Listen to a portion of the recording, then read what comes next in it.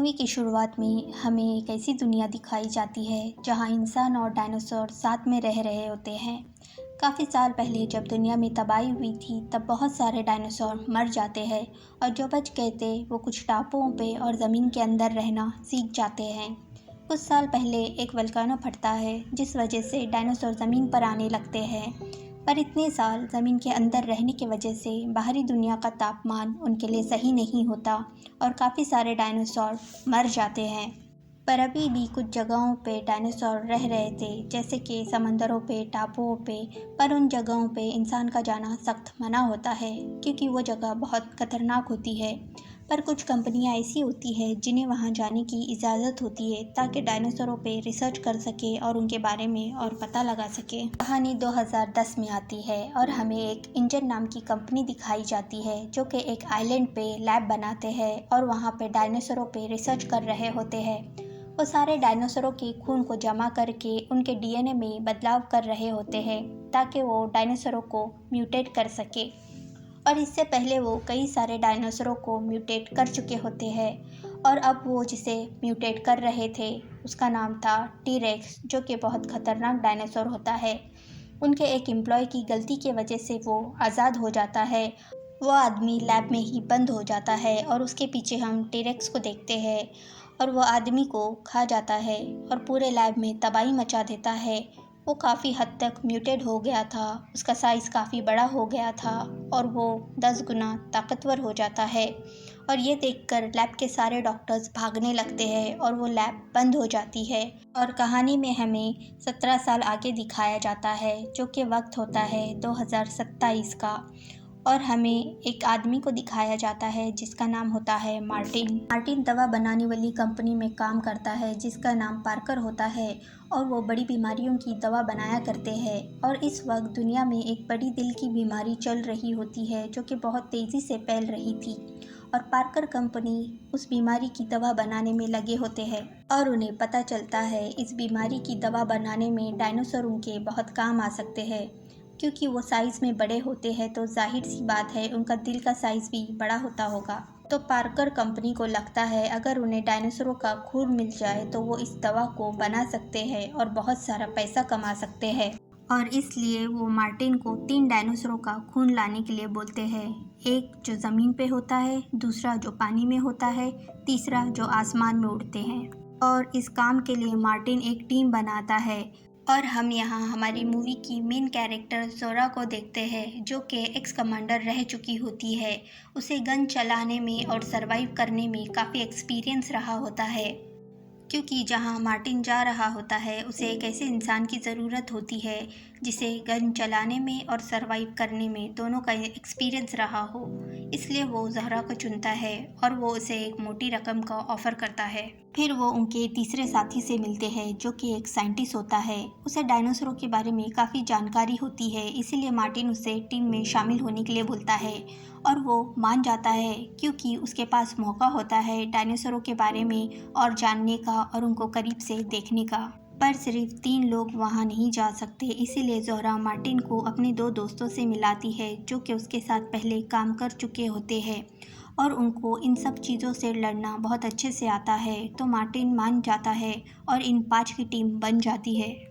ज़रूरत का सामान, हथियार और शिप के ज़रिए ये अपना सफ़र शुरू कर देते हैं और अपने साथ 2 और लोगों को लेते हैं। मतलब ये टोटल 7 लोगों की टीम बन जाती है। सब नक्शे की मदद से आगे बढ़ रहे होते हैं और नक्शे को देखते हुए इन्हें ये पता चलता है पानी वाले डायनासोर एक खास आइलैंड पे पाए जाते हैं।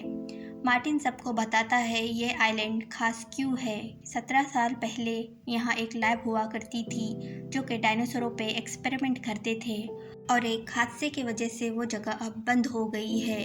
और ये शुरुआत वाले सीन के बारे में बता रहा होता है। और हम समंदर में एक छोटी नाव को देखते हैं जिसमें एक फैमिली होती है और वो समंदर में घूमने के लिए आए थे। और जैसे वो आगे बढ़ने लगते हैं वैसे ही काफ़ी सारे पानी वाले डायनासोर उन्हें घेर लेते हैं और उनकी नाव को पलट देते हैं और वो लोग पानी में गिर जाते हैं, पर उन्हें कोई नुकसान नहीं होता और वो सब नाव पे चढ़ जाते हैं और सिग्नल भेजने लगते हैं।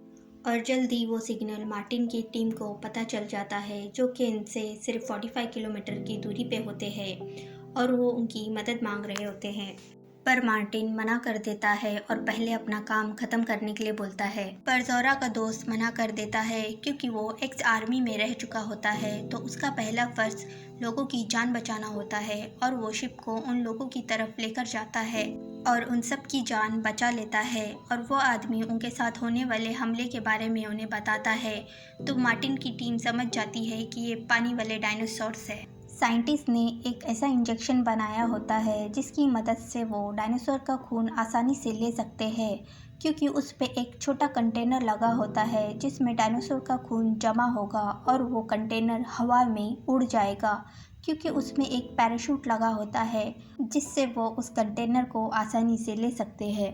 और वो डायनासोरों के करीब जाते हैं। जोरा उन पे निशाना लगाती है और उन्हें डायनासोरों का खून बहुत आसानी से मिल जाता है और वो बहुत खुश हो जाते हैं, जिससे उनका पहला टास्क पूरा हो जाता है। थोड़ी देर बाद वहाँ बहुत सारे डायनासोर आ जाते हैं और उनकी शिप को टक्कर मारने लगते हैं और वो लोग उन पे शूट करने लगते हैं, जिससे डायनासोरों को गुस्सा आ जाता है और वो एक आदमी को पकड़ लेते हैं और उसे खा जाते हैं। ये सब देखकर वो लोग बहुत डर जाते हैं, पर वो डायनासोर वापस से उन पे हमला करने लगते हैं और एक छोटी बच्ची जिसका नाम टेरिसा होता है वो पानी में गिर जाती है और उसके पीछे उसकी फैमिली वाले उसे बचाने के लिए पानी में कूद जाते हैं और उसे बचाकर करीब वाले आइलैंड पे लेके जाते हैं।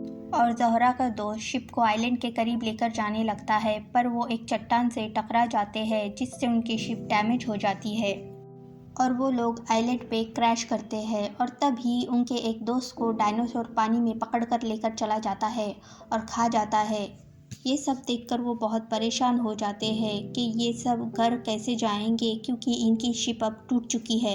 तभी ज़ोहरा सबको हिम्मत देती है और बोलती है उसके पास दूसरा प्लान है। वो पूरी तैयारी के साथ आई थी और एक दूसरी टीम को उनके पास दूसरे दिन हेलीकॉप्टर लेकर आने के लिए बोल चुकी होती है और वो सबको आज ही अपना काम ख़त्म करने के लिए बोलती है ताकि वो कोई ऊंची जगह पे जा सके, क्योंकि जब वो उन्हें लेने के लिए आए तब वो आसानी से उन्हें देख सके, क्योंकि वो कुछ मिनट के लिए ही यहाँ हमारा इंतज़ार करेंगे, क्योंकि ये आइलैंड बहुत ख़तरनाक है और यहाँ बहुत सारे डायनासोर्स भी है। उन्हें लगेगा हम मर चुके हैं, इसीलिए वो यहाँ से चले जाएंगे।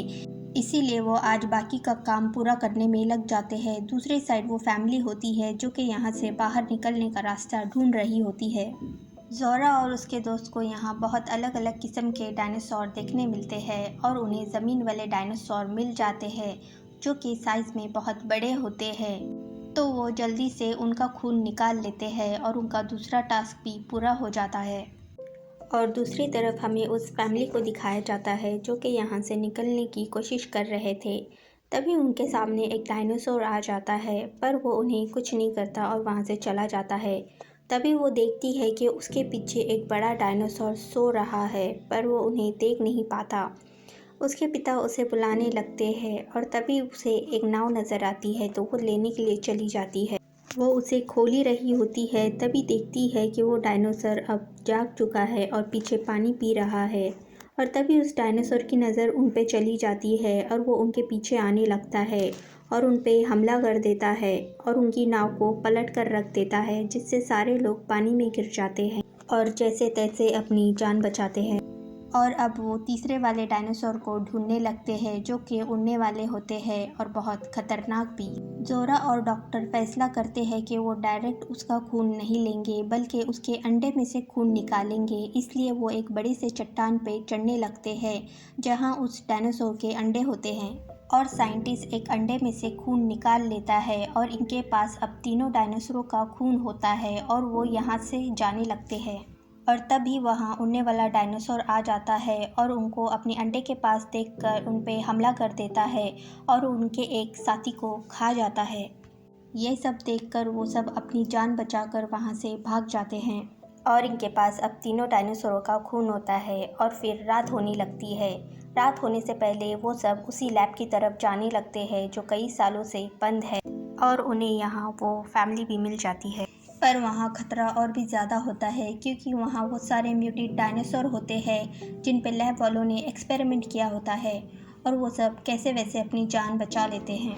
और मार्टिन यहाँ अपना असली रंग बता देता है। वो खून वाला कंटेनर वो अपने पास रख लेता है और ज़ोहरा और उसके दोस्तों पर गन तान देता है और तभी वहाँ पे सबसे बड़ा वाला टीरेक्स डायनासोर आ जाता है और वो सब पे हमला कर देता है और मार्टिन को खा जाता है और वो सब कंटेनर नीचे गिर जाते हैं जिसे ज़ोरा उठा लेती है।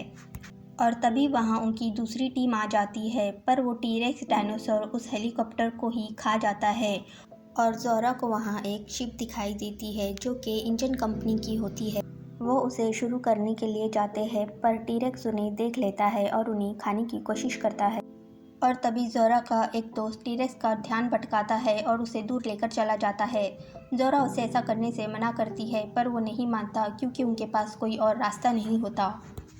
ज़ोरा और बाकी सब वहाँ से निकलने लगते हैं। तभी एक फ्लेयर उन्हें जलती हुई दिखाई देती है और वो सब उसकी तरफ जाने लगते हैं। वहाँ उनका दोस्त बिल्कुल ठीक होता है और वो टीरेक्स को चकमा देने में कामयाब हो जाता है और वो सब इस आइलैंड से निकल जाते हैं। और रास्ते में साइंटिस्ट बोलता है मार्टिन ये खून एक कंपनी को देने वाला था जो कि दवा बनाने के बाद सिर्फ अमीरों को देगी और बहुत सारा पैसा कमाएगी। इसीलिए हम ये खून बहुत सारे कंपनियों में थोड़ा थोड़ा देंगे जिससे गरीबों तक भी ये दवा पहुंच सके। बस यही दिखाते हुए ये मूवी यही ख़त्म होती है।